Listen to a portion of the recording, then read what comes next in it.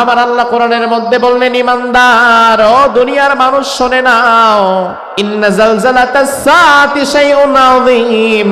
তোমার রব আল্লাহ কিয়ামতের পূর্বে জমিনকে এত প্রচন্ড ভাবে একটা ভূমিকম্প করায় দিবেন, জমিন কোনোদিন এমন ভূমিকম্প আগে দেখেও নাই। এবার আপনি যদি বলেন আল্লাহ জমিন কতটা ভূমিকম্প সেদিন করবে, আল্লাহ বললেন, ইয়াউমা তারাউনাহা তাযহালু কুল্লু মুরদিআ আম্মা আরদাত। আমি আল্লাহ তাআলা যখন জমিনে প্রথম ভূমিকম্পটা দেব, ওই ভূমিকম্পের তীব্রতা এত ভয়াবহ হবে যে মায়ের কোলে একটা দুধের বাচ্চা রয়েছে, যেই মা তার দুধের বাচ্চাকে ফেলে এক চুল এদিক সেদিক যেতে পারে না, পৃথিবীটা যখন প্রথম আমি আল্লাহ ধাক্কা দিয়ে দেব, ওই মা তার বাচ্চাটারে এক দিক দিয়ে ফেলে আরেক দিক দিয়ে পালায়া যাবে। আমার ভাই, ভয়াবহতা আপনি আজ করতে পারেন নাই। আপনি একটাবার ভাবেন, সন্তান যত বড় হয় সন্তানের প্রতি মা বাবার দুশ্চিন্তা তত কমতে থাকে। ছোটবেলায় দুশ্চিন্তা সবচেয়ে বেশি থাকে, কারণ এই ছোট্ট মানুষটা ওই মা ওই বাবারে ছাড়া এক কদম নড়তে পারবে না। এজন্য আপনি লক্ষ্য করে দেখবেন, যে মায়ের দুধের বাচ্চা থাকে, দুধ পান করাতে হয় একটু পর পর, মা যদি ওই বাচ্চাকে বিছানায় শোয়া দিয়া রান্নাঘরে রান্না করার জন্য ঢুকে, রান্না করার মধ্য দিয়েও কানটা লাগায় রাখে ঘরের সাথে, বাচ্চাটা একটা ওয়া বলে কান্না করার সাথে সাথে মা রান্না বান্না ফেলে দৌড় দিয়ে ছুটে যায়। ওই মা যদি গোসলখানায় গোসলরত অবস্থায় থাকে, আর যদি হঠাৎ কানে বাচ্চার কান্নার আওয়াজ শুনে ভেজা কাপড় নিয়ে দৌড় দিয়ে বেরোয় যায়, আগে দেখতে চেষ্টা করে আমার দুধের বাচ্চাটার কি হলো। এমন কি যদি এমন হয় পাশের বাড়িতে আগুন লেগেছে, ওই আগুন দেখার জন্য সবাই দৌড়ে সেখানে যাচ্ছে, তাইলে দুধের বাচ্চা যেই মায়ের আছে, ওই মা যদি আগুন দেখার জন্য পাশের বাড়ি যায়ও, একা একা যায় না, দুধের বাচ্চাটার বুকে নিয়ে তারপরেই যায়। কারণ দুধের বাচ্চা মা কখনো হাতছাড়া করে না। মা যেদিকেই যায় দুধের বাচ্চারে সাথে নিয়ে যায়। কিন্তু আমার আল্লাহ বললেন, কিয়ামতের প্রথম ফুৎকারটা এত ভয়ঙ্কর হবে, ওই ফুটা দেওয়ার পরে জমিন যখন ভূমিকম্প করবে, ওই ভূমিকম্পের ভয়াবহতা এমন জায়গায় চলে যাবে, ওই মা তার বাচ্চাটারে ফেলে আরেক দিকে দৌড় মারবে। তার যে দুনিয়াতে কোনো বাচ্চা কাচ্চা ছিল, সে এটাই মনে রাখবে না। আল্লাহ বললেন, ওয়াসাদাউ কুল্লু যাতি হামলিন হামলাহা। ও মানুষ, শুধু তাই নয়, দুনিয়াতে যেই নারীদের গর্ভে 6 মাস 7 মাস 8 মাস 9 মাস 10 মাসের বাচ্চা এখনো ডেলিভারি হয় নাই, কিয়ামতের প্রথম ঝাঁকুনিটা জমিন এত প্রচন্ড ভাবে ভয়াবহ ভাবে কেঁপে উঠবে। ওই ঝাঁকুনির ধাক্কায় যেই মায়ের গর্ভে বাচ্চা ছিল, হসপিটালে যাওয়া লাগবে না, জমিনের ধাক্কায় ওই মায়েদের পেটটা ফেটে বাচ্চাটা মাটির মধ্যে আছড়ে পড়বে।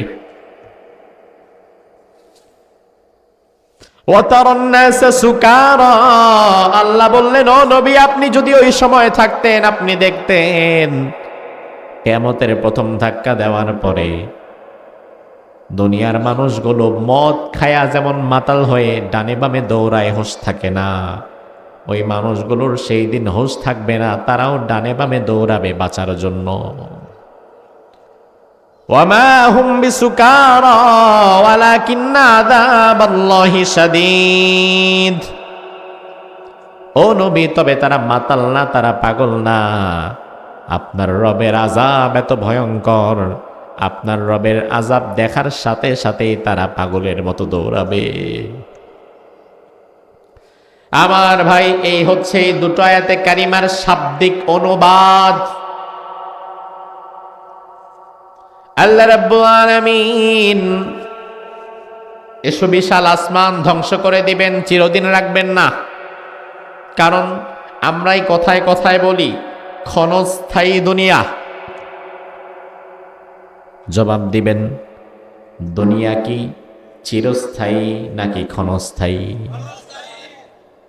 এই দুনিয়া একদিন ছিল না।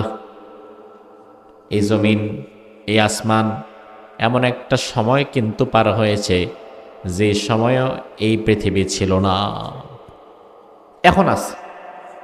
আল্লাহ তাআলা বানালেন, আসমান বানালেন, জমিন বানালেন, চন্দ্র বানালেন, সূর্য বানালেন, গ্রহ নক্ষত্র গ্যালাক্সি ইউনিভার্সাল সব বানালেন, এখন আছে, আমরা আছি। আবার এমন একটা সময় আসবে কিছুই থাকবে না, না জমিন, না আসমান, না চন্দ্র, না সূর্য, না আমরা, কেউ নাই। তাহলে এত কিছু বানাবার পেছনে মহান কারিগর আল্লাহর একটা পরিকল্পনা আছে না নাই? পরিকল্পনা ছাড়া কাজ করে শুধুমাত্র পাগলে, যার কোনো পরিকল্পনা নাই। এই রাস্তার মধ্যে দেখবেন কাগজ কুড়াইতেছে, হাঁটতেছে, চুলকাইতেছে, বৈশা আছে। তাকে যদি তার কাজের পরিকল্পনা কি, দুপুরবেলা কি করবা, বিকালবেলা কি করবা জিজ্ঞেস করেন, সে বলতে পারবে না। পরিকল্পনা ছাড়া কাজ করে পাগলে। তবে বুদ্ধিমান মানুষ কখনো পরিকল্পনা ছাড়া কাজ করে না। আমার ভাই, ফেয়ালুল হাকিম লা ইয়াখলু আনিল হিকমা। আল্লাহ মহাপ্রজ্ঞাময়, তার কোনো কাজ প্রজ্ঞার বাহিরে নয়। এই আকাশ জমিন চন্দ্র সূর্য একদিন ছিল না, এখন আছে, আবারও থাকবে না। তাইলে এগুলো সৃষ্টি করার পেছনে আপনার রবের একটা উদ্দেশ্য আছে না নাই? কোরআনে আল্লাহ বললেন, হুয়াল্লাযী খালাকালাকুম মা ফিল আরদি জামিআ। আমি আল্লাহ রাব্বুল আলামিন আকাশ জমিন সহকারে যা তোমরা দেখছো সব বানিয়েছি। উদ্দেশ্য হচ্ছে খালাকালাকুম, তোমাদের জন্য বানিয়েছি, তোমাদের খেদমতে বানিয়েছি। অর্থাৎ আল্লাহ রাব্বুল আলামিন এই আসমান, এই জমিন, এই চন্দ্র সূর্য সব বানিয়েছেন, তবে আল্লাহর নিজের জন্য না, বানিয়েছেন মূলত আল্লাহর বান্দাদের জন্য। কথা বুঝতে পেরেছেন? আর হাত দিয়ে না ভাই, ব্যাস। আমার ভাই লক্ষ্য করেন, আল্লাহ বললেনটা কি, দুনিয়াতে যা কিছু দেখা যায়, যা কিছু চোখের সামনে দেখছি, চন্দ্র সূর্য গ্রহ নক্ষত্র আসমান জমিন সব বানিয়েছেন কে? আরো জোরে কোন। তবে আল্লাহর নিজের জন্য না বান্দার জন্য? তার কারণ কি? তার কারণ সূর্য না থাকলে আল্লাহর কোনো যায় আসে যায় না। তবে সূর্য না থাকলে আপনার ক্ষেতের ফসল হবে না। বৃষ্টি না থাকলে আল্লাহর কোনো লস নাই। অক্সিজেন না থাকলে আল্লাহর কোনো ক্ষতি নাই। তবে অক্সিজেন না থাকলে আপনি বাঁচবেন না। জমিন না থাকলে আল্লাহর কি? জমিনে তো আল্লাহ থাকা লাগে না। জমিন না থাকলে আল্লাহর কোনো ক্ষতি নাই। তবে জমিন না থাকলে কিন্তু আপনি বাঁচবেন না। তাইলে যা কিছু দেখছেন বানিয়েছেন আল্লাহ বটে, তবে আল্লাহর নিজের কোনো স্বার্থের জন্য না। আল্লাহ বানিয়েছেন সবকিছু শুধুমাত্র আল্লাহর বান্দাদের জন্য। সুবহানাল্লাহ কি ভাষা কি বলবেন? সূত্রটা আবার বোঝেন। বানাইছেন কে? আল্লাহর দরকার। কার দরকারে? বান্দার দরকারে। এবার আপনি যদি বলেন আল্লাহ তাইলে আমাদের কেন বানালেন? কোরআনের মধ্যে আল্লাহ বললেন, ওয়ামা খালাকাতুল জিন্না ওয়াল ইনসা ইল্লা লিয়াবুদুন। আমি আল্লাহ রাব্বুল আলামিন সব কিছু বানিয়েছি তোমাদের খেদমতের জন্য, আর শুধুমাত্র তোমাদেরকে বানিয়েছি আমি আল্লাহর গোলামি করার জন্য। দুনিয়ার মানুষ আল্লাহর গোলামি করবে যতদিন, আল্লাহ তাআলা দুনিয়াটাকে টিকায়াও রাখবে ততদিন। কারণ এই আসমান জমিন চন্দ্র সূর্যের কোনো দরকার আপনার আল্লাহর নাই। এই চাঁদ সূর্য অক্সিজেন আলো বাতাসের কোনো দরকার আপনার রবের নাই। এই দরকারগুলো শুধু একমাত্র আপনার। আপনার প্রয়োজনে আপনার রব এগুলো বানিয়ে দিয়েছে, আর আপনাকে বানিয়েছে ওই আল্লাহর গোলামি করার জন্য। এজন্য দুনিয়াকে আল্লাহ টিকায় রাখবে ততদিন, আপনি আল্লাহর গোলামের মধ্যে লিপ্ত থাকবেন যতদিন। দুনিয়ার মানুষ যখন ধীরে ধীরে আল্লাহর গোলামি থেকে সব বের হয়ে যাবে, ওই মুহূর্তে দুনিয়াটা টিকায় রাখার কোনো দরকার কি আল্লাহর আর আছে? না। কারণ আমার ভাই, উদ্দেশ্য যদি কোনোদিন ব্যাহত হয়, উদ্দেশ্য ব্যর্থ হওয়ার পরে ওই জিনিসের দাম আমাদের কাছে আর থাকে না। এই যে মাউথপিস, লাইট, প্যান্ডেল, এই সব কিছু বানাবার পেছনে একটা উদ্দেশ্য আছে না নাই? সুন্দর শামিয়ানা, শত শত মানুষ বসে আছেন, অল্প কিছু সময় পরে যখন মাহফিল শেষ হয়ে যাবে, মুনাজাত করে বাড়ি চলে যাবেন, ডেকোরেটরের ছেলেটা লাইটগুলো খুলে ফেলবে, মাইকটা টান দিয়ে সরায় ফেলবে, বাঁশগুলো তুলে ফেলবে, শামিয়ানাটা খুলে ফেলবে।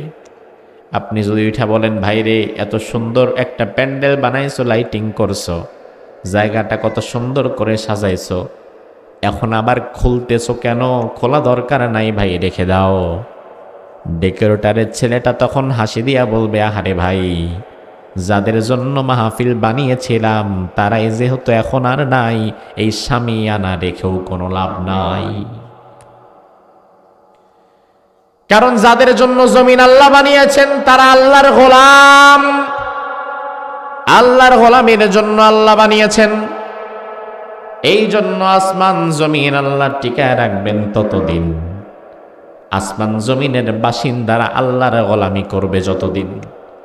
আল্লাহর গোলামি থেকে যখন বের হয়ে যাবেন, আসমান জমিন ও আল্লাহ তখন আর রাখবেন না। আমার ভাই, তবে দুঃখের বিষয় হচ্ছে যতদিন যাচ্ছে মানুষগুলো আল্লাহর গোলামি থেকে বের হয়ে ধীরে ধীরে শয়তানের গোলামে পরিণত হচ্ছে। বাংলাদেশে এখন এমন একটা সময় আমরা পার করছি যেখানে আল্লাহর গোলামের চাইতে নেতার গোলাম আর দলের গোলামের সংখ্যা বেড়ে গেছে। কথাটা শুনতে খারাপ লাগবে, তবে আমি আপনারে উদাহরণ দিয়ে বোঝাই। আবার বলি, কান খুলে শুনে নেন। বাংলাদেশে এমন একটা সময় আমরা পার করছি যেখানে আল্লাহর গোলামের চাইতে দলের গোলাম আর নেতার গোলামের সংখ্যা বেশি। কেমন? আপনি একটা দলের কর্মী, আপনার দলের নেতা বললে, আগামী দিন সকাল 10টায় গফরগাঁও সদরে আমাদের দলের মিটিং আছে, থাকবা। আপনি কিন্তু দলের কর্মী হিসাবে সকাল 10টার আগে গফরগাঁও চলে গেছেন মিটিংয়ের জন্য। নেতা বলল, শোনো, আগামী সপ্তাহে ঢাকার পল্টন ময়দানে আমাদের দলের কেন্দ্রীয় মিটিং আছে, যাওয়া লাগবে, থাকা লাগবে। আপনি ওই দিন সুন্দর জামা কাপড় পরে দোকানপাট বন্ধ করে ওই দলের মিটিং করার জন্য চলে গেছেন ঢাকার পল্টন ময়দানে। আপনার নেতা যদি আপনারে গফরগাঁও ডাকে, গফরগাঁও পায়, ঢাকায় ডাকলে ঢাকায় পায়, দিনের 10টায় ডাকলে দিনের 10টায় পায়, রাতের 10টায় ডাকলে রাতের 10টায়ও পায়। নেতা ডাকে যখন কর্মী হাজির হয় তখন। এমন কিছু কর্মী আমাদের সমাজেও আছে না নাই? এবার আপনি লক্ষ্য করেন, আপনার রব আল্লাহ তাআলা ফজরের সময় আপনারে ডাক দিল, আসসালাতু খায়রুম মিনান নাওম, ও বান্দা ঘুমিও না, নামাজের দিকে ফিরে আসো। আপনি বান্দা গেলেন না। আপনার রব আপনারে আবার জোহরের সময় ডেকে বলল, হাইয়া আলাস সালাহ, আয় নামাজের দিকে আয়। আপনি জোহরের সময়ও গেলেন না। আপনার রব আবার আপনাকে আসরে ডেকে বলল, আয় বান্দা নামাজে আয়, আপনি গেলেন না। আপনার রব আপনারে মাগরিবেও ডাকলো, আপনি গেলেন না। এশার সময়ও ডাকলো, আপনি গেলেন না। সারা দিনে আল্লাহ 5 বার ডাকার পরে একবারও আল্লাহর ডাকের জবাব দেয় না, এমন মুসলমান আমাদের দেশে আছে না নাই? কম না বেশি? ও ভাই আমার, তাই ভালো করে বুঝেন, বিবেক কাজে লাগায়া বুঝেন। আপনার নেতা যদি আপনার সকাল 10টায় ডাকে সকাল 10টায় পায়, আপনার নেতা যদি আপনার রাতে 10টায় ডাকে রাতের 10টায় পায়, আপনার নেতা যদি আপনার গফরগাঁওয়ে ডাকে গফরগাঁওয়ে পায়, আপনার নেতা যদি আপনার ভালুকায় ডাকে ভালুকায় পায়, আপনার নেতা যদি আপনার ঢাকায় যেতে বলে আপনি ঢাকায় চলে যান। অথচ আপনার রব আল্লাহ সারাদিনে 5 বার আপনাকে ডাকে, আপনি একবারও জবাব দেন না। তাইলে আপনার মতো মুসলমান মূলত নামের মুসলমান, কামের মুসলমান না। আপনি মূলত আল্লাহর গোলাম না, আপনি মূলত আপনার দল আর নেতার গোলামে পরিণত হয়ে গেছেন। এখন আমাদের সমাজে জবাব আপনারাই দেন, আল্লাহর গোলাম বেশি না নেতার গোলাম বেশি? আল্লাহর ডাকে জবাব দাও না, নেতার ডাকের জবাব কোনোদিন ফিরায় দাও না। আমার ভাই, অথচ আল্লাহ রাব্বুল আলামিন জমিনটাকে বানিয়েছেনই মূলত তার গোলামি করার জন্য। তাছাড়া জমিনের কোনো দরকার আল্লাহর নাই, আসমান জমিনের কোনো দরকার আল্লাহর নাই। এজন্য আল্লাহ বললেন, খলাকালাকুম মা ফিল আরদি জামিয়া। তুমি তোমার দৃষ্টিশক্তিতে যা দেখো আর যা দেখো না, এই সব আমি আল্লাহ কেবল বানিয়েছি তোমার জন্য। সুবহানাল্লাহ। যা দেখছেন অথবা দেখছেন না, এই সব আল্লাহ তাআলা আপনার কল্যাণে বানিয়েছেন। এই মশা, মাছি, ব্যাঙ, কুকুর, বিড়াল, শিয়াল, সাপ যা দেখছেন বানিয়েছেন আল্লাহ, তবে উপকারে আসবে এগুলো আপনার। আপনি বলতে পারেন, হুজুর এটা আবার কেমন কথা? সব আমার উপকারে আল্লাহ আবার কেমনে বানাইন?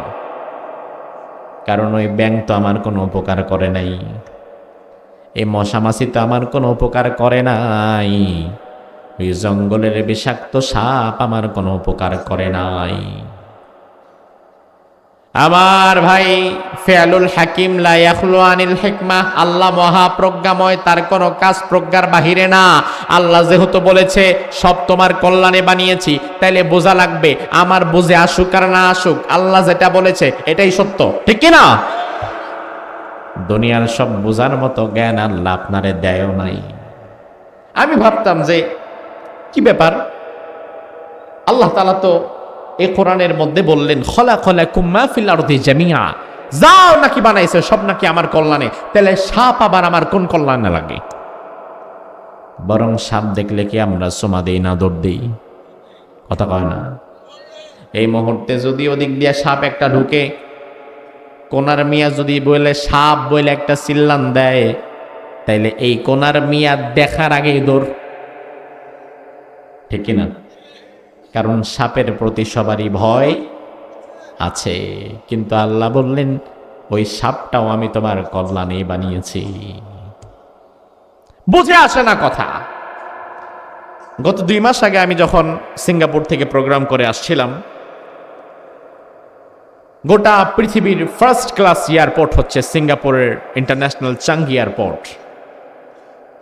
এত বিশাল এয়ারপোর্ট, ঘুরে শেষ করার মতো না। এয়ারপোর্টের ভেতরে ফুলের বাগান, ফ্লাওয়ার্স গার্ডেন, মসজিদ, বিশাল লম্বা বিশ্রামাগার, কয়েকটা ফ্লোর, একদিক দিয়ে ঢুকলে আরেক দিক দিয়ে হারায় যাবেন।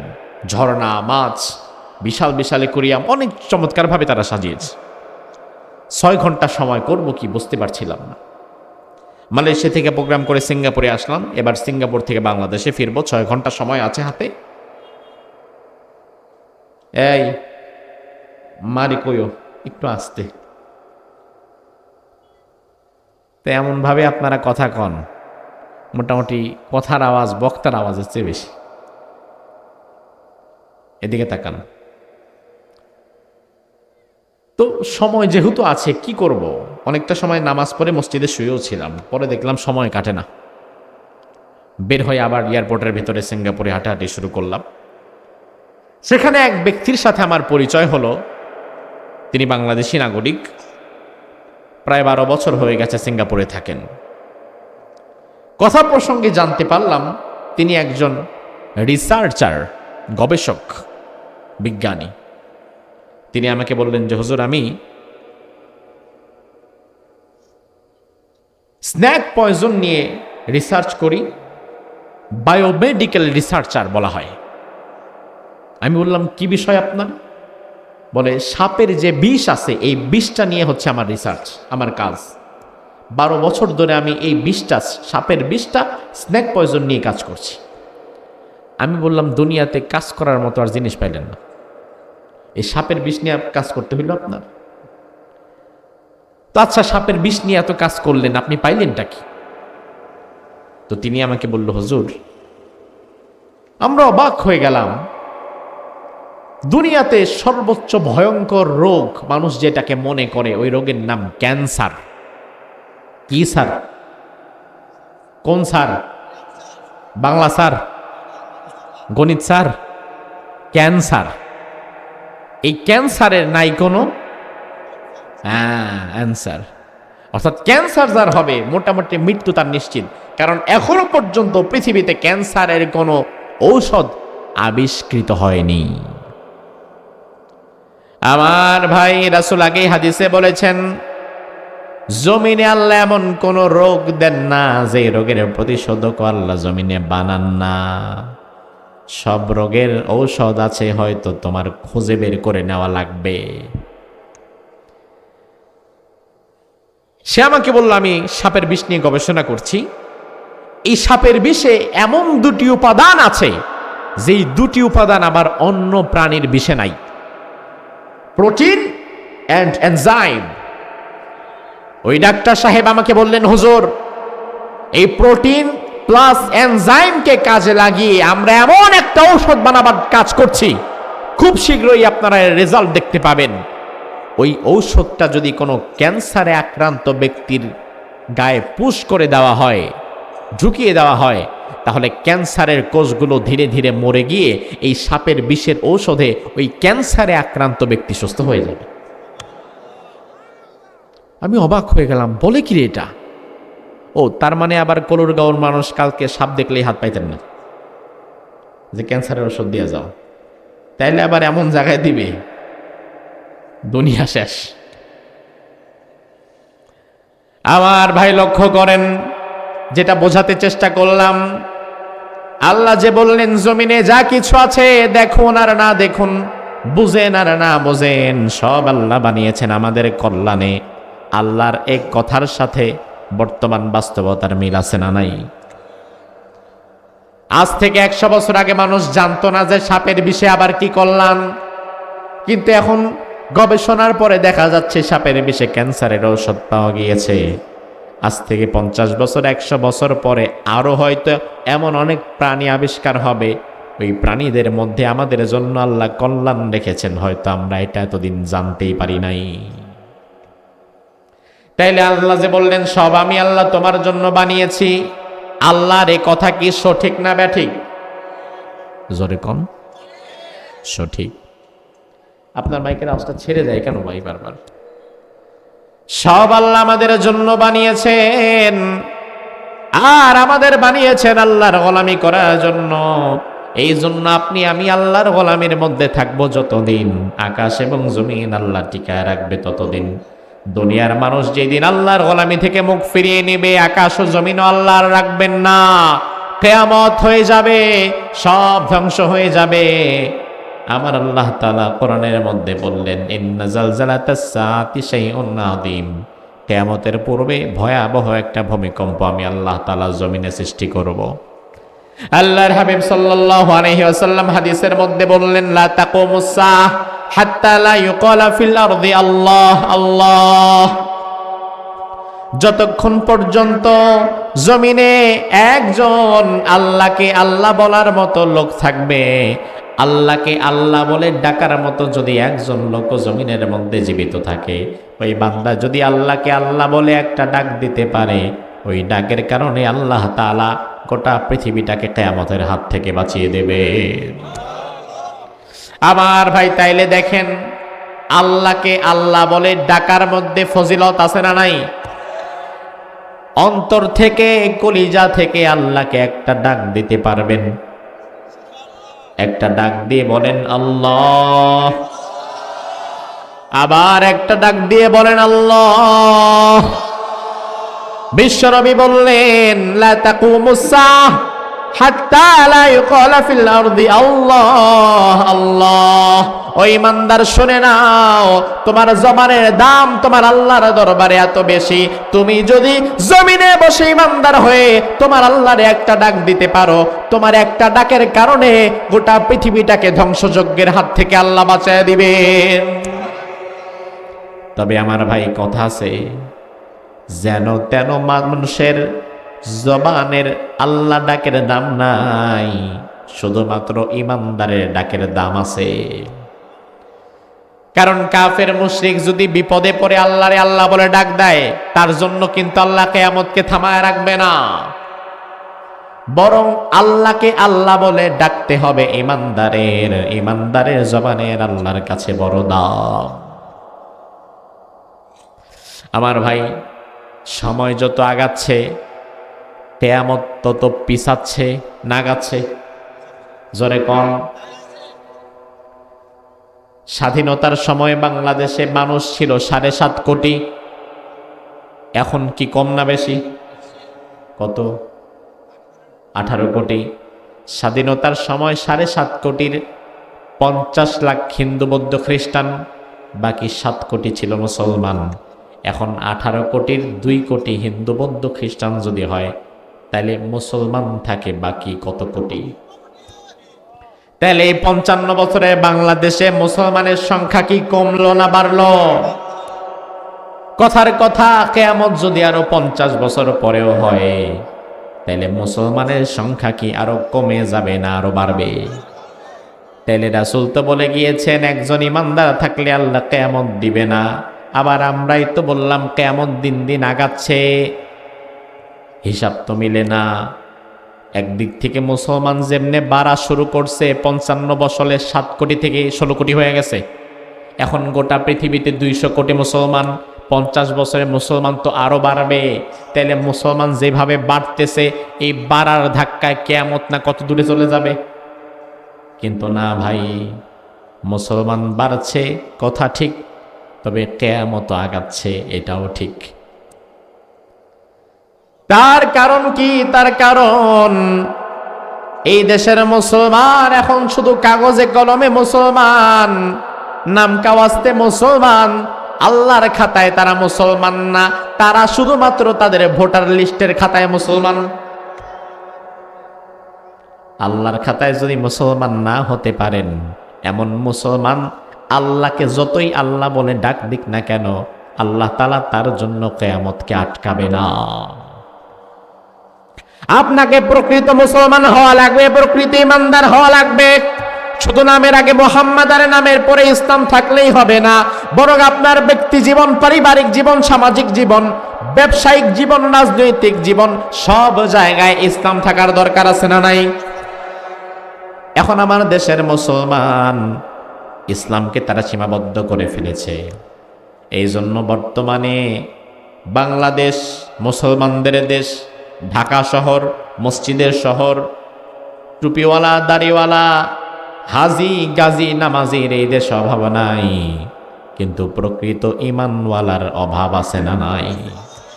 কারণ বহু হাজি সাহেব এমন আছে, হজ করার আগেও সুদের সাথে জড়িত ছিল, হজ থেকে আইসাও সুদের সাথে জড়িত আছে। তাইলে ওই হাজি সাহেব আবার কোন ধরনের মুসলমান? আমার ভাই, মুসলমান হয়ে গিয়েছে এখন কাজীর গরুর মতো, কেতাবে আছে গোয়ালে নাই, লেখায় আছে বাস্তবে নাই। এজন্য আল্লাহর হাবিব বলেন, ইয়াতি আলান নাসি জামান ইয়াজতামিউনা ফিল মাসাজিদি লাইসা ফীহিম মুমিন। এমন একটা জামানা কিয়ামতের আগে আসবে, ওই জামানায় মুসলমান থাকবে না, মসজিদ থাকবে, প্রতি মহল্লায় মসজিদ থাকবে, 2-4 কদম পর পরেই মসজিদ থাকবে, মসজিদের মধ্যে মুসল্লিও থাকবে, ইমাম থাকবে, মুয়াজ্জিন থাকবে, মুসল্লি থাকবে, সব থাকবে, লাইসা ফীহিম মুমিন। তবে দুর্ভাগ্য হচ্ছে এত মানুষের মধ্যে একজন প্রকৃত ইমানদার থাকবে না। আমি আপনার বিবেকের কাছে প্রশ্ন করে জানতে চাই, এমন জামানা কি আসবে না চলছে? বাংলাদেশের মুসলমান তাইলে যে 55 বছরে বাড়ায় আপনারা 7 কোটি থেকে 16 কোটি বানাইলেন, এই সংখ্যা আসলে কিসের? এই সংখ্যা মূলত শুধুমাত্র একটা সংখ্যা, প্রকৃত নয়। কারণ আমার ভাই, 55 বছরের বাংলাদেশে সিনেমা হল হয়তো এখন আগের মতো আর মানুষ টিকিট কেটে সিনেমা দেখে না। তবে এই দেশে এখন আমাদের মোবাইলের মধ্যেই এক একটা সিনেমা হল ঢুকে গেছে। এখন আর সিনেমা দেখার জন্য গফরগাঁওয়ে গিয়া টিকিট কেটে দাঁড়ায় থাকা লাগে না।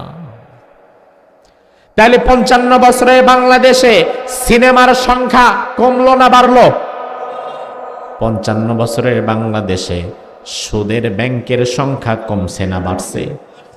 55 বছরের বাংলাদেশে ইয়াবা, বাবা, গাঁজা, মদ, ফেন্সিডিল কমছে না বাড়ছে? পৃথিবীতে বাম দিকে যারা কথা বলছেন, আল্লাহর ওয়াস্তে কথা বললেন না। এই যে প্যান্ডেলের বাইরে কথা বলছে, এদিকে কোরআনের মাহফিল চলছে, তাদের খবর নাই। আপনারা এদিকে তাকান, লক্ষ্য করেন। আল্লাহ রাব্বুল আলামিন আয়াতের শুরুতে ইয়া আইয়ুহান নাস বলে একটা ডাক দিলেন। নাস আরবি শব্দ, এই শব্দের অর্থ বাংলায় করা হয় মানুষ। নাস শব্দের অর্থ কি? কি বন মানুষ? মানুষ। আমার ভাই, 30 পারা কোরআনে আপনি দুটো প্যাটার্নের আয়াত পাবেন। কোন জায়গায় আল্লাহ ডেকেছেন ইয়া আইয়ুহাল্লাযীনা আমানু, ও ঈমানদারেরা শোনো। আবার এমন কিছু আয়াত আপনি পেয়ে যাবেন যে আয়াতগুলোর শুরুতে আল্লাহ ইয়া আইয়ুহাল্লাযীনা আমানু না বলে বলেছেন ইয়া আইয়ুহান নাস, এই দুনিয়ার মানুষেরা শোনো। দুই কথার মধ্যে পার্থক্য আছে না নাই? বর্তমান পৃথিবীতে 800 কোটি মানুষের বসবাস। তবে 800 কোটি মানুষের সবাই ঈমানদার না। এই জন্য যে আয়াতের শুরুতে আপনি দেখবেন আল্লাহ বলেছেন ইয়া আইয়ুহাল্লাযীনা আমানু, ও ঈমানদারেরা, তখন বুঝে নেওয়া লাগবে এই আয়াতের বাকি অংশের মেসেজটা দুনিয়ার সবার জন্য প্রযোজ্য নয়, শুধুমাত্র যারা ঈমানদার তাদের জন্য খাস। আর যখন আপনি শুনবেন কোন আয়াতে আল্লাহ বলছেন ইয়া আইয়ুহান নাস, ও দুনিয়ার মানুষ শোনো, তখন বুঝে নেওয়া লাগবে এই আয়াতের বাকি অংশের মেসেজটা গোটা দুনিয়ার 800 কোটি মানুষ সবার জন্যই প্রযোজ্য। এখন আজকে আমরা যে আয়াত থেকে কথা বলছি, এই আয়াতে আল্লাহ তাআলা ইয়া আইয়ুহাল্লাযীনা আমানু বলে নাই, বলেছেন ইয়া আইয়ুহান নাস, ও দুনিয়ার মানুষেরা শুনে নাও।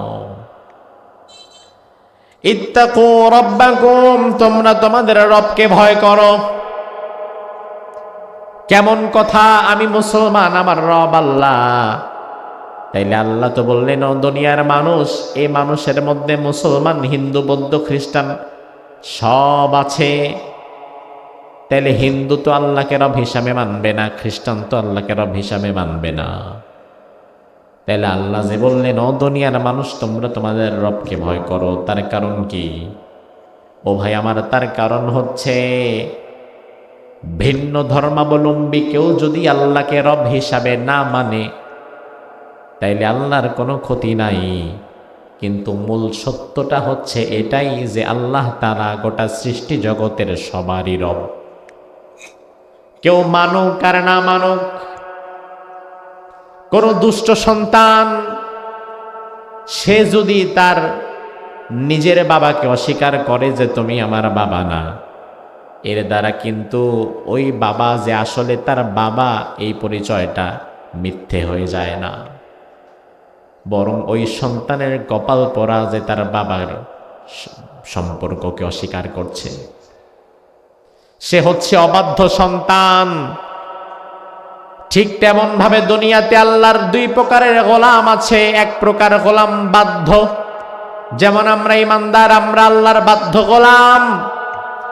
আর যারা বেঈমান তারাও আল্লাহর গোলাম, তবে তারা অবাধ্য গোলাম, তবে আল্লাহর গোলামের বাহিরে না, কারণ ওরে বানাইছে তো আল্লাহ।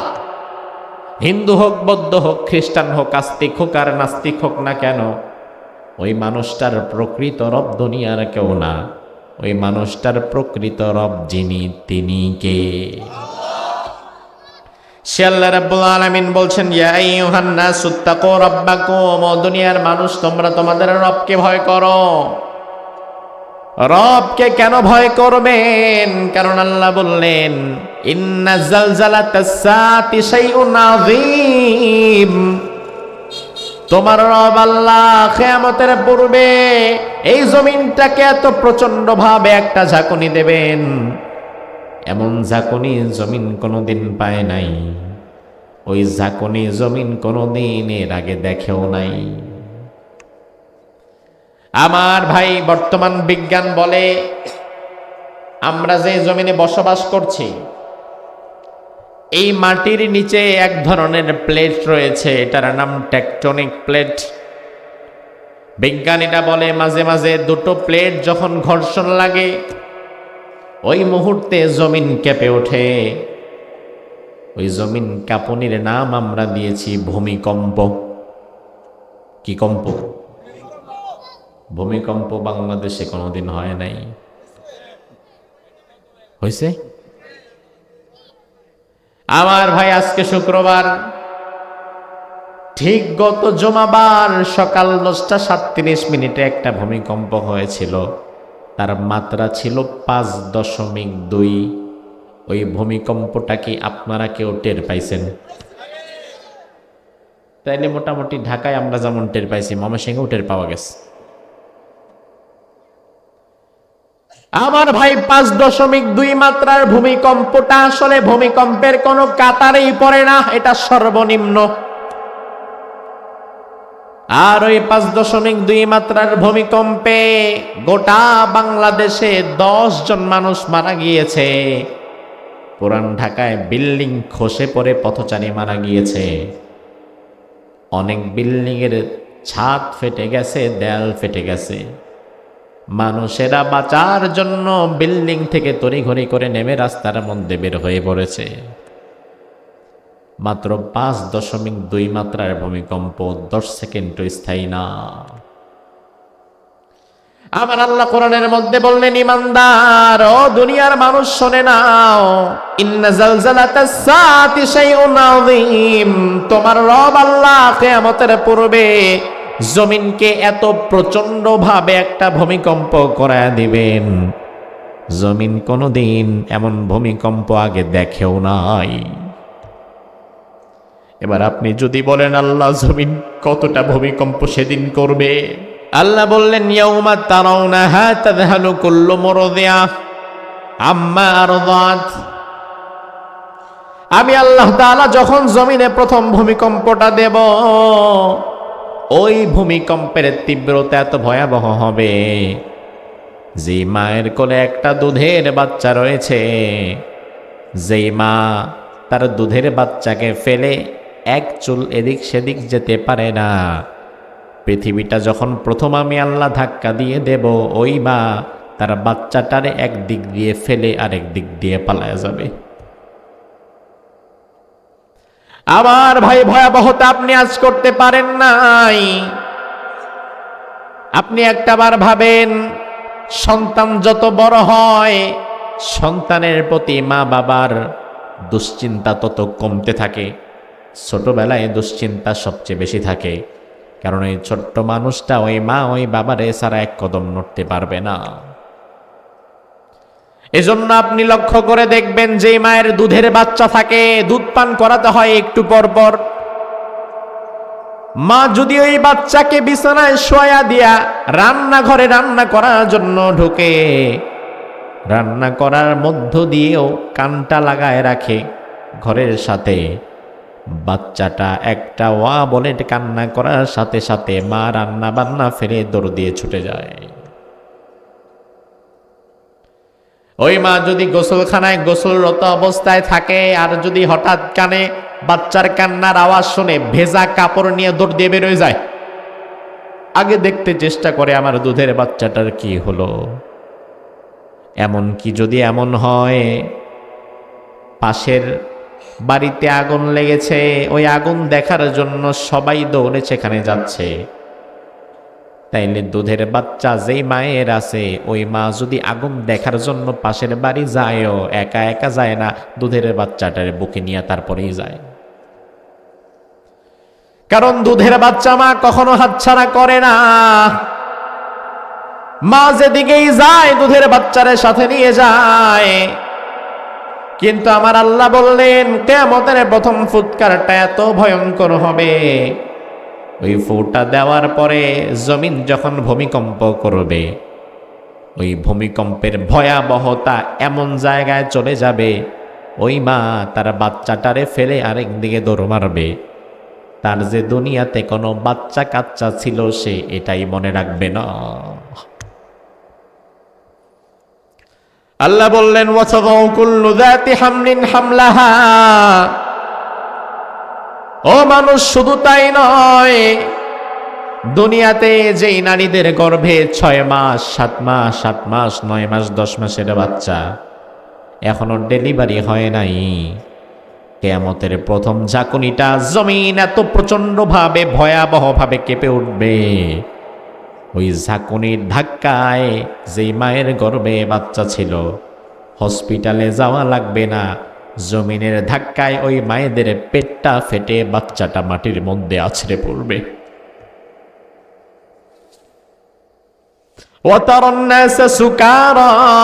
আল্লাহ বললেন ও নবী, আপনি যদি ওই সময় থাকতেন আপনি দেখতেন কিয়ামতের প্রথম ধাক্কা দেওয়ার পরে দুনিয়ার মানুষগুলো মদ খায়া যেমন মাতাল হয়ে ডানে বামে দৌড়ায়, হোশ থাকে না, ওই মানুষগুলোর সেই দিন হোশ থাকবে না, তারাও ডানে বামে দৌড়াবে বাঁচার জন্য।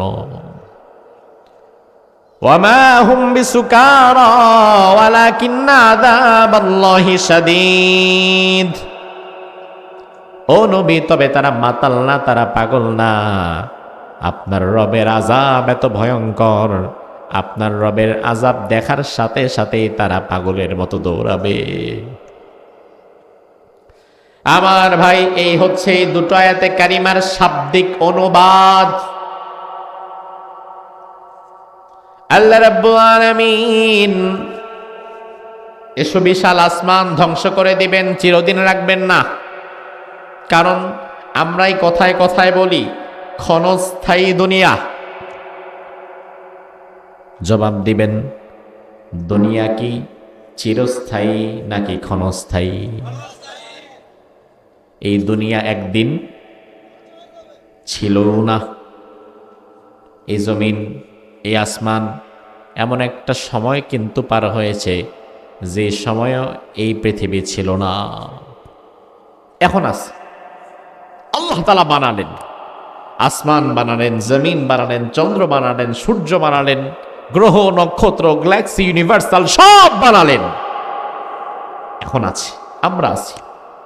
আবার এমন একটা সময় আসবে কিছুই থাকবে না, না জমিন, না আসমান, না চন্দ্র, না সূর্য, না আমরা, কেউ নাই।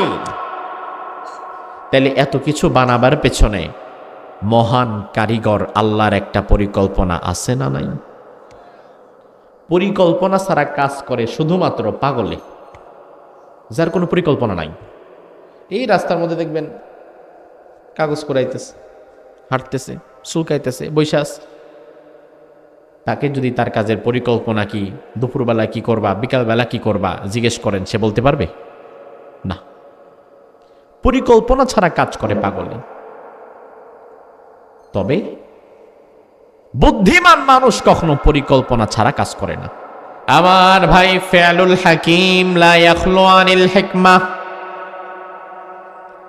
আল্লাহ মহাপ্রজ্ঞাময়, তার কোনো কাজ প্রজ্ঞার বাহিরে নয়।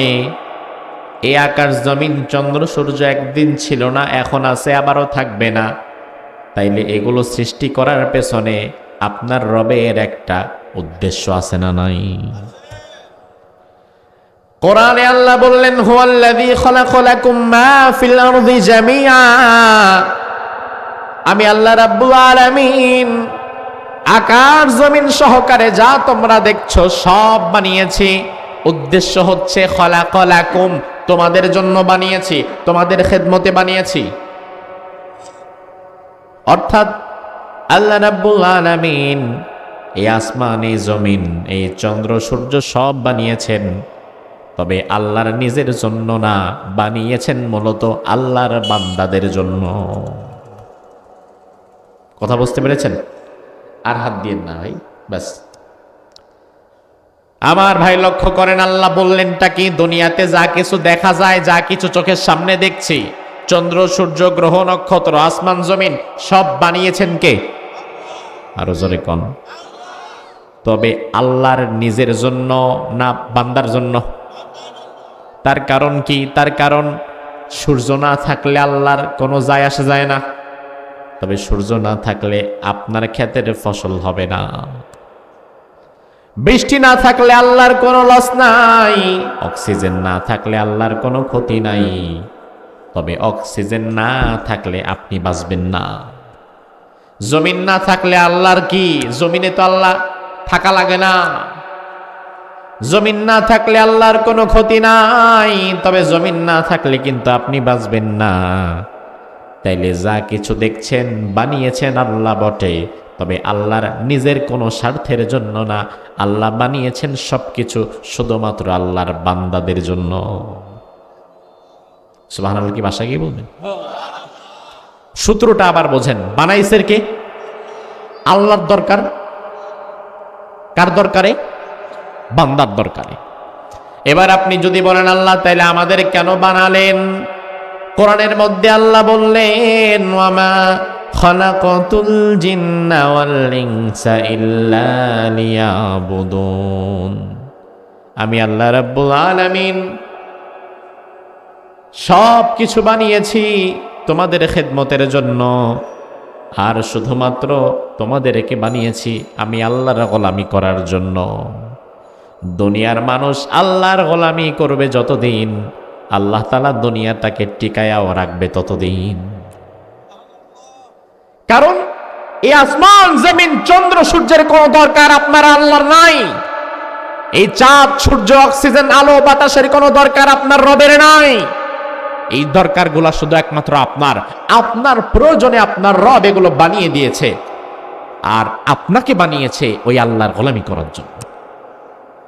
এজন্য দুনিয়াকে আল্লাহ টিকায় রাখবে ততদিন, আপনি আল্লাহর গোলামির মধ্যে লিপ্ত থাকবেন যতদিন। দুনিয়ার মানুষ যখন ধীরে ধীরে আল্লাহর গোলামি থেকে সব বের হয়ে যাবে, ওই মুহূর্তে দুনিয়াটা টিকায় রাখার কোনো দরকার কি আল্লাহর আর আছে? না।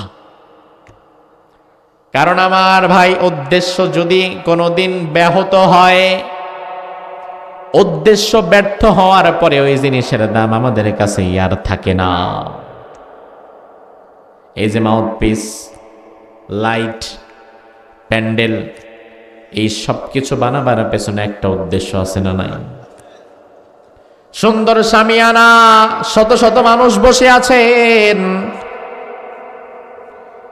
অল্প কিছু সময় পরে যখন মাহফিল শেষ হয়ে যাবে, মুনাজাত করে বাড়ি চলে যাবেন, ডেকোরেটরের ছেলেটা লাইটগুলো খুলে ফেলবে, মাইকটা টান দিয়ে সরায় ফেলবে, বাঁশগুলো তুলে ফেলবে, শামিয়ানাটা খুলে ফেলবে। আপনি যদি উঠা বলেন, ভাইরে এত সুন্দর একটা প্যান্ডেল বানাইছো, লাইটিং করছো, জায়গাটা কত সুন্দর করে সাজাইছো, এখন আবার খুলতেছো কেন? খোলা দরকার নাই ভাই, রেখে দাও। ডেকোরেটরের ছেলেটা তখন হাসি দিয়া বলবে, আহারে ভাই, যাদের জন্য মাহফিল বানিয়েছিলাম তারাই যেহেতু এখন আর নাই, এই শামিয়ানা রেখেও কোনো লাভ নাই। কারণ যাদের জন্য জমিন আল্লাহ বানিয়েছেন তারা আল্লাহর গোলাম। আল্লাহর গোলামের জন্য আল্লাহ বানিয়েছেন, এই জন্য আসমান জমিন আল্লাহ টিকায় রাখবেন ততদিন। আসমান জমিনের বাসিন্দারা আল্লাহর গোলামি করবে যতদিন। আল্লাহর গোলামি থেকে যখন বের হয়ে যাবেন, আসমান জমিন ও আল্লাহ তখন আর রাখবেন না। আমার ভাই, তবে দুঃখের বিষয় হচ্ছে যতদিন যাচ্ছে মানুষগুলো আল্লাহর গোলামি থেকে বের হয়ে ধীরে ধীরে শয়তানের গোলামে পরিণত হচ্ছে। বাংলাদেশে এখন এমন একটা সময় আমরা পার করছি যেখানে আল্লাহর গোলামির চাইতে নেতার গোলাম আর দলের গোলামের সংখ্যা বেড়ে গেছে। কথাটা শুনতে খারাপ লাগবে, তবে আমি আপনারে উদাহরণ দিয়ে বোঝাই। আবার বলি, কান খুলে শুনে নেন। বাংলাদেশে এমন একটা সময় আমরা পার করছি যেখানে আল্লাহর গোলামের চাইতে দলের গোলাম আর নেতার গোলামের সংখ্যা বেশি। কেমন? আপনি একটা দলের কর্মী, আপনার দলের নেতা বললে আগামী দিন সকাল 10টায় গফরগাঁও সদরে আমাদের দলের মিটিং আছে, থাকবা। আপনি কিন্তু দলের কর্মী হিসাবে সকাল 10টার আগে গফরগাঁও চলে গেছেন মিটিংয়ের জন্য। নেতা বলল, শোনো, আগামী সপ্তাহে ঢাকার পল্টন ময়দানে আমাদের দলের কেন্দ্রীয় মিটিং আছে, যাওয়া লাগবে, থাকা লাগবে। আপনি ওই দিন সুন্দর জামা কাপড় পরে দোকানপাট বন্ধ করে ওই দলের মিটিং করার জন্য চলে গেছেন ঢাকার পল্টন ময়দানে। আপনার নেতা যদি আপনারে গফরগাঁও ডাকে, গফরগাঁও পায়, ঢাকায় ডাকলে ঢাকায় পায়, দিনের 10টায় ডাকলে দিনের 10টায় পায়, রাতের 10টায় ডাকলে রাতের 10টায়ও পায়। নেতা ডাকে যখন কর্মী হাজির হয় তখন। এমন কিছু কর্মী আমাদের সমাজেও আছে না নাই? এবার আপনি লক্ষ্য করেন, আপনার রব আল্লাহ তাআলা ফজরের সময় আপনারে ডাক দিল, আসসালাতু খায়রুম মিনান নাওম, ও বান্দা ঘুমিও না, নামাজের দিকে ফিরে আসো। আপনি বান্দা গেলেন না। আপনার রব আপনারে আবার জোহরের সময় ডেকে বলল, হাইয়া আলাস সালাহ, আয় নামাজের দিকে আয়। আপনি জোহরের সময়ও গেলেন না। আপনার রব আবার আপনাকে আসরে ডেকে বলল, আয় বান্দা নামাজে আয়, আপনি গেলেন না। আপনার রব আপনারে মাগরিবেও ডাকলো, আপনি গেলেন না। এশার সময়ও ডাকলো, আপনি গেলেন না। সারা দিনে আল্লাহ 5 বার ডাকার পরে একবারও আল্লাহর ডাকের জবাব দেয় না। এমন মুসলমান আমাদের দেশে আছে না নাই? কম না বেশি? ও ভাই আমার, তাই ভালো করে বুঝেন, বিবেক কাজে লাগায়া বুঝেন।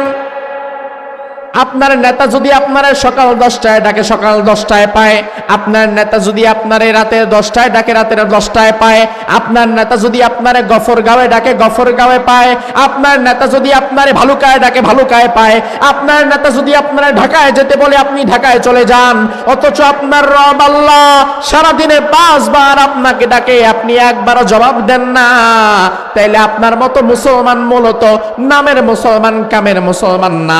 আপনি মূলত আল্লাহর গোলাম না, আপনি মূলত আপনার দল আর নেতার গোলামে পরিণত হয়ে গেছেন। এখন আমাদের সমাজে জবাব আপনারাই দেন, আল্লাহর গোলাম বেশি না নেতার গোলাম বেশি? আল্লাহর ডাকে জবাব দাও না, নেতার ডাকের জবাব কোনোদিন ফিরায় দাও না। আমার ভাই, অথচ আল্লাহ রাব্বুল আলামিন জমিনটাকে বানিয়েছেনই মূলত তার গোলামি করার জন্য। তাছাড়া জমিনের কোনো দরকার আল্লাহর নাই, আসমান জমিনের কোনো দরকার আল্লাহর নাই। এজন্য আল্লাহ বললেন, খলাকালাকুম মা ফিল আরদি জামিয়া, তুমি তোমার দৃষ্টিশক্তিতে যা দেখো আর যা দেখো না, এই সব আমি আল্লাহ কেবল বানিয়েছি তোমার জন্য। সুবহানাল্লাহ। যা দেখছেন অথবা দেখছেন না, এই সব আল্লাহ তাআলা আপনার কল্যাণে বানিয়েছেন। এই মশা, মাছি, ব্যাঙ, কুকুর, বিড়াল, শিয়াল, সাপ, যা দেখছেন বানিয়েছেন আল্লাহ। তবে উপকারে আসবে এগুলো আপনার। আপনি বলতে পারেন, হুজুর এটা আবার কেমন কথা? সব আমার উপকারে আল্লাহ আবার কেমনে বানাইন? কারণ ওই ব্যাঙ তো আমার কোনো উপকার করে নাই, এই মশা মাছি তো আমার কোনো উপকার করে নাই, ওই জঙ্গলের বিষাক্ত সাপ আমার কোনো উপকার করে নাই। আমার ভাই, ফেয়ালুল হাকিম লা ইয়াখলু আনিল হিকমাহ, আল্লাহ মহাপ্রজ্ঞাময়, তার কোনো কাজ প্রজ্ঞার বাহিরে না। আল্লাহ যেহেতু বলেছে সব তোমার কল্যাণে বানিয়েছি, তাইলে বোঝা লাগবে আমার বুঝে আসুক আর না আসুক, আল্লাহ যেটা বলেছে এটাই সত্য, ঠিক কি না? দুনিয়ার সব বোঝার মতো জ্ঞান আল্লাহ আপনারে দেয়ও নাই। আমি ভাবতাম যে কি ব্যাপার, আল্লাহ তাআলা তো এই কোরআনের মধ্যে বললেন খলাকালাকুম মা ফিল আরদি জামিয়া, যাও নাকি বানাইছে সব নাকি আমার কল্যাণে, তাহলে সাপ আবার আমার কোন কল্যাণে লাগে? বরং সাপ দেখলে কি আমরা সোমা দেই না, দৌড় দেই? কথা কয় না? এই মুহূর্তে যদি ওদিক দিয়ে সাপ একটা ঢুকে, কোনার মিয়া যদি বলে সাপ বলে একটা চিল্লান দেয়, তাইলে এই কোনার মিয়া দেখার আগেই দৌড়, ঠিক কিনা? কারণ সাপের প্রতি সবারই ভয় আছে, কিন্তু আল্লাহ বললেন ওই সাপটাও আমি তোমার কল্যাণে বানিয়েছি। বুঝে আসে না কথা। গত 2 মাস আগে আমি যখন সিঙ্গাপুর থেকে প্রোগ্রাম করে আসছিলাম, গোটা পৃথিবীর ফার্স্ট ক্লাস এয়ারপোর্ট হচ্ছে সিঙ্গাপুরের ইন্টারন্যাশনাল চাঙ্গি এয়ারপোর্ট।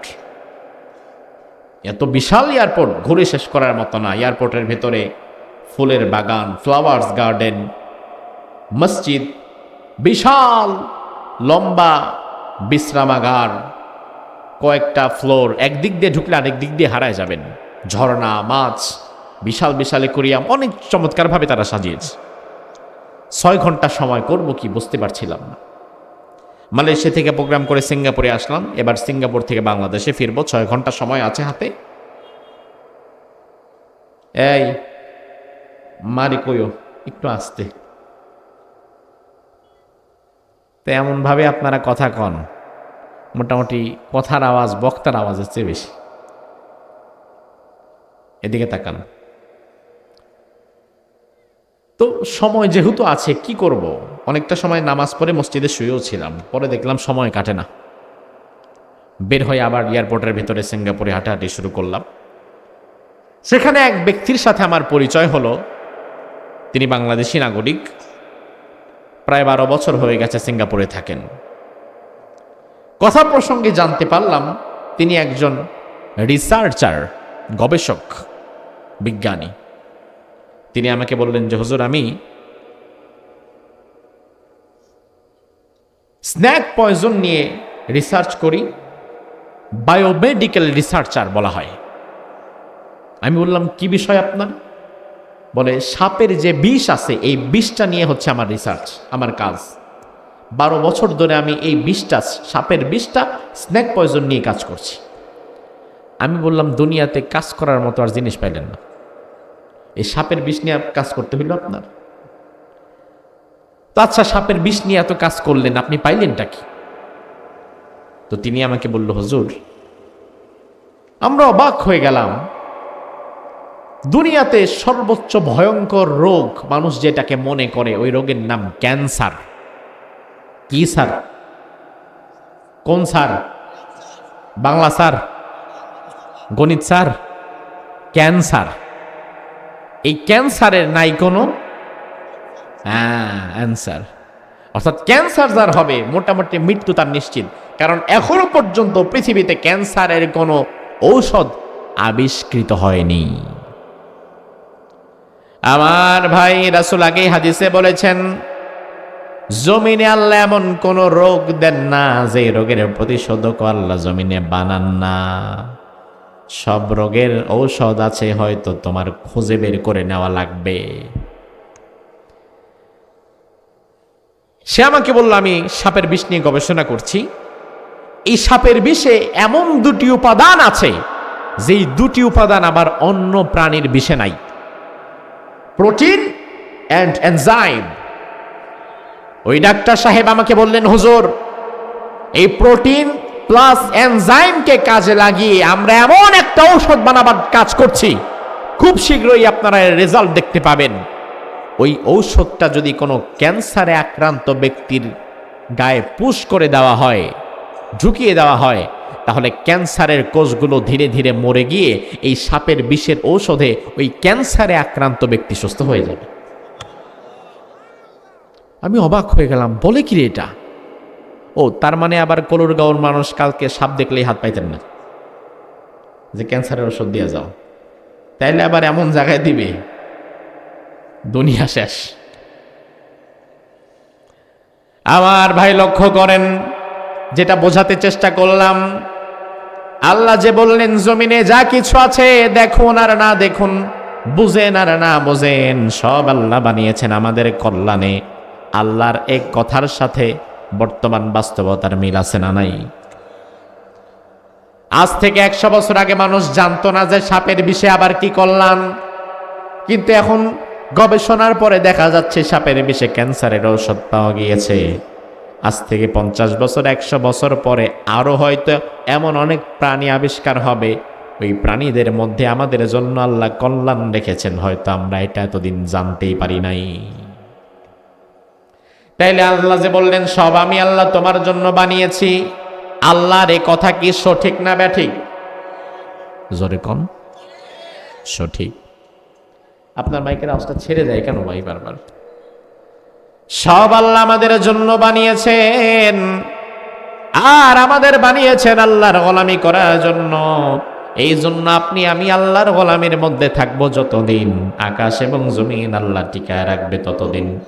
দুনিয়ার মানুষ যেদিন আল্লাহর গোলামি থেকে মুখ ফিরিয়ে নেবে, আকাশ ও জমিনও আল্লাহর রাখবেন না, কিয়ামত হয়ে যাবে, সব ধ্বংস হয়ে যাবে। আমার আল্লাহ তাআলা কোরআনের মধ্যে বললেন, ইন্না জালজালাতাস সাআতি শাইউন আযীম, কিয়ামতের পূর্বে ভয়াবহ একটা ভূমিকম্প আমি আল্লাহ তাআলা জমিনে সৃষ্টি করব। আল্লাহর হাবিব সাল্লাল্লাহু আলাইহি ওয়াসাল্লাম হাদিসের মধ্যে বললেন, লা তাকুমুস সাআহ হাত্তা লা ইউকালা ফিল আরদি আল্লাহ আল্লাহ। যতক্ষণ পর্যন্ত জমিনে একজন আল্লাহকে আল্লাহ বলার মতো লোক থাকবে, আল্লাহকে আল্লাহ বলে ডাকার মতো যদি একজন লোক জমিনের মধ্যে জীবিত থাকে, ওই বান্দা যদি আল্লাহকে আল্লাহ বলে একটা ডাক দিতে পারে, ওই ডাকের কারণে আল্লাহ তাআলা গোটা পৃথিবীটাকে কিয়ামতের হাত থেকে বাঁচিয়ে দেবে। আমার ভাই, তাইলে দেখেন আল্লাহকে আল্লাহ বলে ডাকার মধ্যে ফজিলত আছে না নাই? অন্তর থেকে কলিজা থেকে আল্লাহকে একটা ডাক দিতে পারবেন, একটা ডাক দিয়ে বলেন আল্লাহ, আবার একটা ডাক দিয়ে বলেন আল্লাহ। বিশ্বনবী বললেন, লা তাকুমুস সাআহ হাত্তা লা ইউকালা ফিল আরদি আল্লাহ আল্লাহ। ও ইমানদার শুনে নাও, তোমার জবানের দাম তোমার আল্লাহর দরবারে এত বেশি, তুমি যদি জমিনে বসে ইমানদার হয়ে তোমার আল্লাহরে একটা ডাক দিতে পারো, তোমার একটা ডাকের কারণে গোটা পৃথিবীটাকে ধ্বংসযজ্ঞের হাত থেকে আল্লাহ বাঁচায় দিবেন। তবে আমার ভাই কথা আছে, যেন তেন মানুষের জবানের আল্লাহ ডাকের দাম নাই, শুধুমাত্র ইমানদারের ডাকের দাম আছে। কারণ কাফের মুশরিক যদি বিপদে পড়ে আল্লাহরে আল্লাহ বলে ডাক দেয়, তার জন্য কিন্তু আল্লাহ কিয়ামতকে থামায় রাখবে না, বরং আল্লাহকে আল্লাহ বলে ডাকতে হবে ইমানদারের। ইমানদারের জবানের আল্লাহর কাছে বড় দাম। আমার ভাই, সময় যত আগাচ্ছে কিয়ামত তত পিছাচ্ছে না আগাচ্ছে? জোরে কম। স্বাধীনতার সময় বাংলাদেশে মানুষ ছিল 7.5 কোটি, এখন কি কম না বেশি? কত? 18 কোটি। স্বাধীনতার সময় 7.5 কোটির 50 লাখ হিন্দু বৌদ্ধ খ্রিস্টান, বাকি 7 কোটি ছিল মুসলমান। এখন 18 কোটির 2 কোটি হিন্দু বৌদ্ধ খ্রিস্টান যদি হয়, তাহলে মুসলমান থাকে বাকি কত কোটি? তাহলে এই 55 বছরে বাংলাদেশে মুসলমানের সংখ্যা কি কমলো না বাড়লো? কথার কথা, কিয়ামত যদি আরো 50 বছর পরেও হয়, তাহলে মুসলমানের সংখ্যা কি আরো কমে যাবে না আরো বাড়বে? তাহলে রাসূল তো বলে গিয়েছেন, একজন ইমানদার থাকলে আল্লাহ কিয়ামত দিবে না। আবার আমরাই তো বললাম কিয়ামত দিন দিন আগাচ্ছে, হিসাব তো মিলে না। একদিক থেকে মুসলমান যেমনে বাড়া শুরু করছে, 55 বছরে 7 কোটি থেকে 16 কোটি হয়ে গেছে, এখন গোটা পৃথিবীতে 200 কোটি মুসলমান, 50 বছরে মুসলমান তো আরো বাড়বে। তাহলে মুসলমান যেভাবে বাড়তেছে, এই বাড়ার ধাক্কায় কিয়ামত না কত দূরে চলে যাবে? কিন্তু না ভাই, মুসলমান বাড়ছে কথা ঠিক, তবে কিয়ামত আগাচ্ছে এটাও ঠিক। তার কারণ কি? তার কারণ এই দেশের মুসলমান এখন শুধু কাগজে কলমে মুসলমান, নাম কাওয়াস্তে মুসলমান, আল্লাহর খাতায় তারা মুসলমান না, তারা শুধুমাত্র তাদের ভোটার লিস্টের খাতায় মুসলমান। আল্লাহর খাতায় যদি মুসলমান না হতে পারেন, এমন মুসলমান আল্লাহকে যতই আল্লাহ বলে ডাক দিক না কেন, আল্লাহ তাআলা তার জন্য কিয়ামতকে আটকাবে না। আপনাকে প্রকৃত মুসলমান হওয়া লাগবে, প্রকৃত ইমানদার হওয়া লাগবে। শুধু নামের আগে মুহাম্মদ আর নামের পরে ইসলাম থাকলেই হবে না, বরং আপনার ব্যক্তি জীবন, পারিবারিক জীবন, সামাজিক জীবন, ব্যবসায়িক জীবন, রাজনৈতিক জীবন, সব জায়গায় ইসলাম থাকার দরকার আছে না নাই? এখন আমার দেশের মুসলমান ইসলামকে তারা সীমাবদ্ধ করে ফেলেছে। এই জন্য বর্তমানে বাংলাদেশ মুসলমানদের দেশ, ঢাকা শহর মসজিদের শহর, টুপিওয়ালা দাড়িওয়ালা হাজি গাজী নামাজির এই দেশ অভাব নাই, কিন্তু প্রকৃত ঈমানওয়ালার অভাব আছে না নাই? কারণ বহু হাজি সাহেব এমন আছে হজ করার আগেও সুদের সাথে জড়িত ছিল, হজ থেকে আইসাও সুদের সাথে জড়িত আছে। তাইলে ওই হাজি সাহেব আবার কোন ধরনের মুসলমান?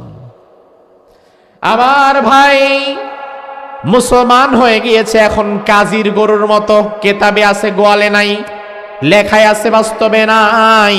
এজন্য আল্লাহর হাবিব বলেন, ইয়াতি আলান নাসি জামান ইয়াজতামিউনা ফিল মাসাজিদি লাইসা ফীহিম মুমিন। এমন একটা জামানা কিয়ামতের আগে আসবে, ওই জামানায় মুসলমান থাকবে না, মসজিদ থাকবে, প্রতি মহল্লায় মসজিদ থাকবে, 2-4 কদম পর পরেই মসজিদ থাকবে, মসজিদের মধ্যে মুসল্লিও থাকবে, ইমাম থাকবে, মুয়াজ্জিন থাকবে, মুসল্লি থাকবে, সব থাকবে, লাইসা ফীহিম মুমিন। তবে দুর্ভাগ্য হচ্ছে এত মানুষের মধ্যে একজন প্রকৃত ঈমানদার থাকবে না। আমি আপনার বিবেকের কাছে প্রশ্ন করে জানতে চাই, এমন জামানা কি আসবে না চলছে?